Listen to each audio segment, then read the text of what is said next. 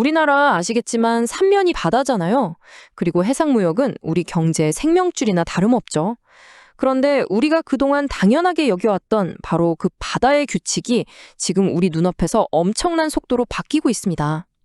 걸프만에서 시작된 작은 균열이 어떻게 세계 금융 지도를 통째로 다시 그리고 있는지 지금부터 관련 자료들을 바탕으로 깊숙이 파헤쳐 보겠습니다.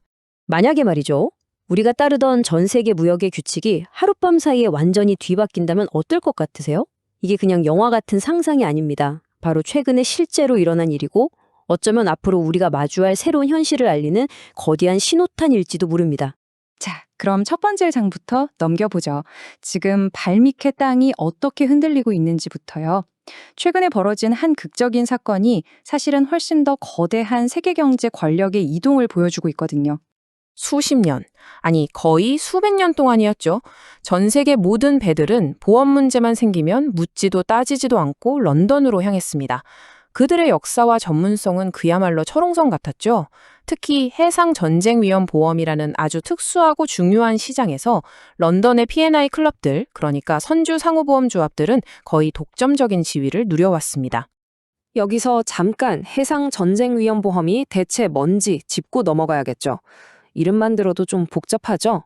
이건 말 그대로 전쟁이나 테러, 여러 지정학적 분쟁 때문에 배가 망가졌을 때를 대비하는 특수보험이에요. 위험한 바다를 지나는 상선들에게는 이게 없으면 아예 운항을 못하는 그야말로 금융 안전망인 셈이죠. 이게 없으면 글로벌 무역은 그대로 멈춰설 수도 있습니다. 자, 그런데 이렇게 튼튼해 보였던 시스템에 균열이 가기 시작합니다. 그 진원지는 바로 세계 무역의 숨통이라고 불리는 곳 호르무즈 해협이었어요. 여기서 일촉즉발의 위기가 터진 겁니다. 이 타임라인을 한번 보세요. 정말 숨가쁘게 돌아갑니다. 3월 1일 서방 보험사들이 이제 걸프만 보험 안 해줄 거야 통보를 날려요. 그리고 딱 4일 뒤 바로 효력이 발생하면서 바다 위에 거대한 보험 공백이라는 구멍이 뻥 뚫려버린 거죠. 그리고 불과 엿새 뒤인 11일 홍콩의 새로운 보험불이 기다렸다는 듯이 중국 선박들을 인수하기 시작합니다. 단 열흘 만에 모든 판이 뒤집힌 겁니다. 10배 이상. 이건 그냥 숫자가 아닙니다. 거의 공포에 가까운 숫자죠. 하루아침에 보험료가 10배 넘게 뛰었다는 건 사실상 운항하지 말라는 얘기나 다름없었거든요. 이건 단순한 돈의 문제를 넘어서 글로벌 공급망 전체를 마비시킬 수 있는 어마어마한 위기였습니다. 자료에 나온 이 인용구가 당시의 절박함을 그대로 보여주는데요. 선주들, 특히 중국 선사들은 운임이 치솟는 와중에 갑자기 보험이 끊기는 최악의 상황에 직면했다. 당장 배를 지켜줄 보험이 사라졌으니 150척이 넘는 배들이 위험한 해협에 그대로 발이 묶여버리는 사태가 벌어졌습니다. 그런데 모든 위기 속에는 기회가 숨어 있다고 하잖아요. 이 혼돈을 틈타 아시아가 움직이기 시작하는데 이게 그냥 허둥지둥 내놓은 대책이 아니었어요. 아주 잘 짜인 정말 치밀한 전략적인 한 수였습니다. 여기서 정말 소름 돋는 사실이 밝혀집니다. 이 홍콩 보험 풀이라는 게 위기가 터지고 나서 급하게 만든 게 아니었다는 거예요. 위기가 터지기 몇 달 전인 2025년 11월에 떡하니 만들어져 있었다는 거죠. 이건 뭐랄까, 마치 이 순간을 오랫동안 기다려왔다는 듯한 움직임이었습니다. 기존의 챔피언 런던과 새로운 도전자 홍콩. 이 둘을 비교하면 게임의 양상이 확 보입니다. 런던 보험사들이 갑자기 발을 빼면서 시장에 혼란을 줄 때 홍콩은 걱정 마, 우리가 받아줄게 하면서 전용 보험 물량을 제공했죠. 보험료도 런던이 10배 이상 폭등시킬 때 5에서 10배 수준으로 억제했습니다. 서방의 정치 논리에 흔들리던 시장이 아시아의 정책적 지원을 받는 새로운 시장으로 재편되는 순간이었죠. 아니, 어떻게 이게 가능했을까요? 여기엔 몇 가지 비밀이 있습니다. 첫째, 홍콩 정부가 전폭적으로 밀어줬고요. 둘째, 가격이 훨씬 쌌어요. 특히 중국 선주들한테는 30에서 40%나 저렴했죠. 셋째, 이미 홍콩에 등록된 배들이 워낙 많아서 고객이 확보돼 있었고요. 여기에 세금 혜택과 아시아 재보험사들의 든든한 자본까지. 이건 우연이 아니라 모든 조각이 딱 맞아떨어진 완벽한 계획이었습니다.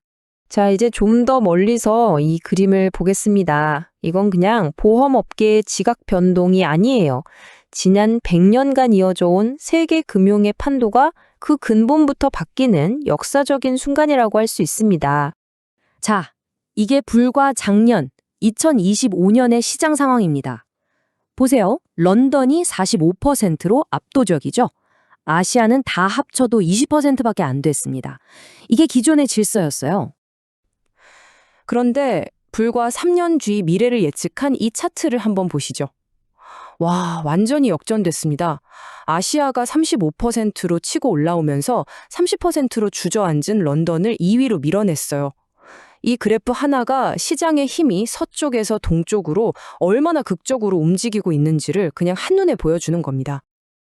그러니까 핵심은 이거예요. 이건 잠깐 이러다 말 게 아니라는 겁니다. 아예 판이 바뀌고 있는 거예요. 세계 금융의 무게중심이 유럽에서 아시아로 영구적으로 이동하고 있다는 강력한 신호죠. 그럼 이 거대한 변화가 도대체 우리랑 무슨 상관이냐? 당연히 있습니다. 세계 경제의 흐름이 바뀌는데 수출로 먹고 사는 우리나라가 어떻게 영향을 안 받겠어요? 이 글로벌 지각 변동이 구체적으로 우리에게 어떤 의미인지 한번 따져보겠습니다. 앞으로의 시나리오 크게 세 가지 정도가 있습니다.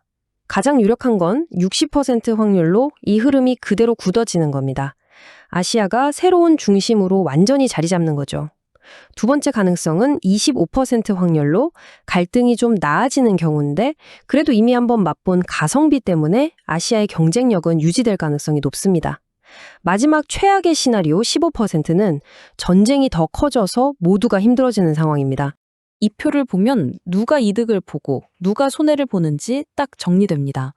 중국 선주들, 홍콩 보험사들은 웃겠죠. 서방의 정치 리스크에서 벗어나고 돈도 더 버니까요. 반면에 서방 보험사들은 아주 중요한 성장 시장을 잃는 셈이고요. 그리고 우리 모두에게 중요한 것. 결국 장기적으로 배송비, 즉 물류비는 더 비싸질 거라는 겁니다. 그래서 만약 여러분이 투자자라면 어떻게 해야 할까요? 이 자료는 아주 명쾌한 가이드를 줍니다. 홍콩 해상보험사나 아시아 재보험사 같은 곳은 좋게 보고 전통의 강자였던 런던 쪽은 좀 조심하라는 거죠. 전략적으로는 아예 홍콩에 배를 등록한 해운사들이나 운임이 올라서 오히려 돈을 버는 글로벌 물류회사들도 눈여겨볼 만하다고 합니다. 자, 오늘 분석을 정리해 보겠습니다. 세계 경제의 지도가 바뀌었습니다. 이건 이제 부정할 수 없는 현실입니다. 그렇다면 우리에게 남은 질문은 단 하나입니다. 이 새롭게 그려진 지도 위에서 우리는 그리고 대한민국은 과연 어떤 항로를 선택하고 개척해야 할까요? 바로 이 질문이 오늘 우리가 함께 고민해봐야 할 가장 중요한 지점일 겁니다.